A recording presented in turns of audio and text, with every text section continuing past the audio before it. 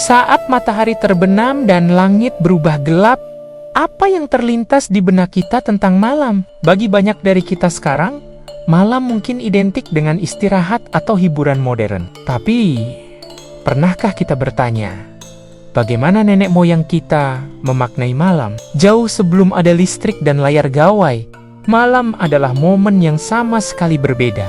Ia bukan sekadar ketiadaan cahaya, melainkan sebuah ruang jeda. Waktu di mana aktivitas berat berhenti dan manusia kembali berkumpul. Di tengah keheningan itu, di bawah cahaya bintang atau api unggun yang hangat, lahirlah sebuah ekspresi. Bunyi alat musik sederhana mulai terdengar.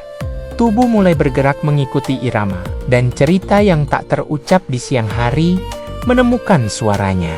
Inilah awal mula dari apa yang kita kenal sebagai tarian hiburan malam. Sebuah tradisi yang lahir bukan untuk tontonan, tapi untuk kebersamaan.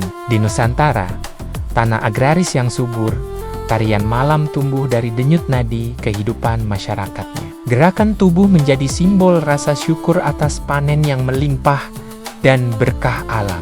Tarian bukanlah pertunjukan individu yang megah, melainkan sebuah peristiwa komunal, sebuah cara untuk merayakan hidup, menjaga hubungan antar warga, sekaligus menghormati leluhur. Mari kita lihat lebih dekat.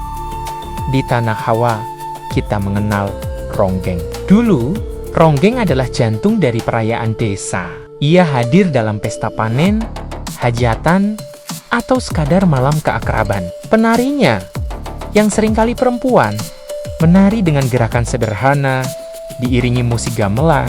Yang paling penting bukanlah keindahan geraknya, melainkan interaksi yang terjalin. Penonton tidak hanya melihat, tapi ikut larut dalam suasana. Ronggeng menjadi ruang pertemuan lintas usia dan status sosial, tempat semua orang bisa melebur tanpa sekat. Maknanya ada pada kebersamaan itu sendiri. Lalu ada tayub, sebuah tarian pergaulan yang juga hidup di tengah masyarakat Jawa. Seperti ronggeng, tayub digelar pada malam hari sebagai bagian dari tradisi.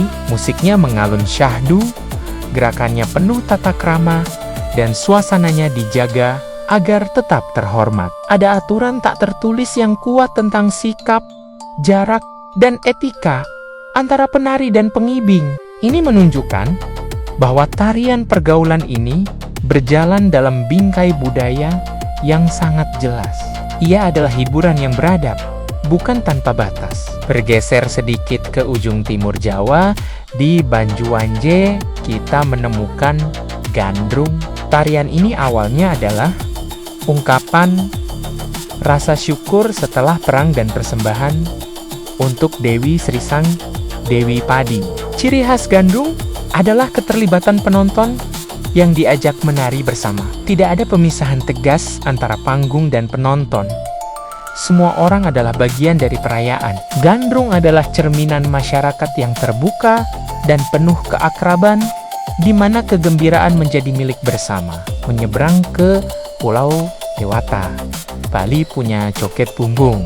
Berbeda dengan tari-tarian sakral Bali, yang penuh aturan ketat dan filosofi mendalam, joget bumbung hadir sebagai hiburan rakyat yang ringan dan cair. Diiringi musik dari instrumen bambu yang khas, tarian ini menjadi sarana pelepas lelah setelah seharian bekerja di sawah. Ia adalah ruang untuk tertawa, berinteraksi, dan memperkuat ikatan sosial tanpa beban. Joget bumbung adalah bukti bahwa dalam kebudayaan yang kaya sekalipun, ada ruang untuk ekspresi yang sederhana dan membumi. Ronggeng, tayub, gandrung, joget bumbung, mereka semua punya benang merah yang sama, lahir dari kebutuhan dasar manusia untuk terhubung. Mereka adalah denyut jantung sosial masyarakat agraris, sebuah perayaan kehidupan yang dilakukan bersama-sama di bawah temaramnya malam. Namun, seiring berjalannya waktu, makna tarian-tarian ini mulai bergeser. Dimulai pada masa kolonial, banyak tradisi lokal kita dipandang dengan kacamata asing. Tarian rakyat, yang dulunya adalah bagian sakral dari kehidupan komunal, mulai diberi label negatif atau dianggap sekadar hiburan duniawi. Sudut pandang ini seringkali tidak memahami konteks budaya dan nilai-nilai luhur yang terkandung di dalamnya. Kemudian, datanglah modernisasi yang mempercepat perubahan itu.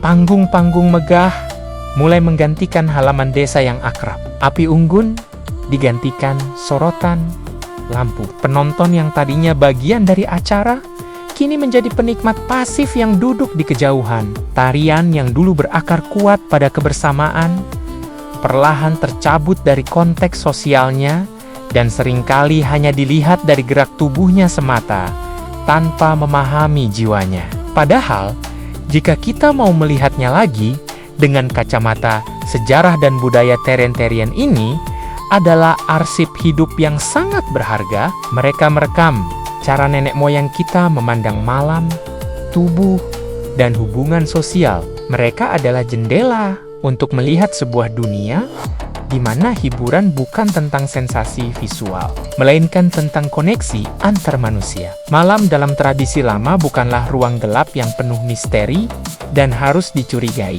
Ia adalah waktu jeda yang hangat, tempat di mana tawa, musik, dan gerak tubuh bertemu untuk merajut kembali ikatan yang mungkin renggang di siang hari. Mungkin hari ini kita tidak lagi menari bersama di halaman desa, tapi semangat di baliknya tetap relevan.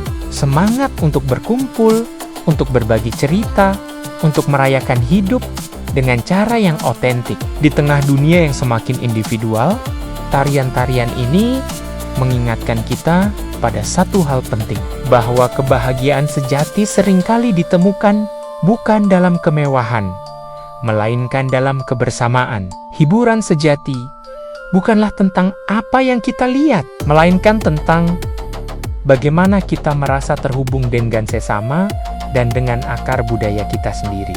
Terima kasih sudah menonton. Jika kamu suka dengan konten yang menjelajahi kekayaan budaya seperti ini, jangan lupa untuk like, subscribe, dan bagikan video ini. Sampai jumpa di perjalanan berikutnya.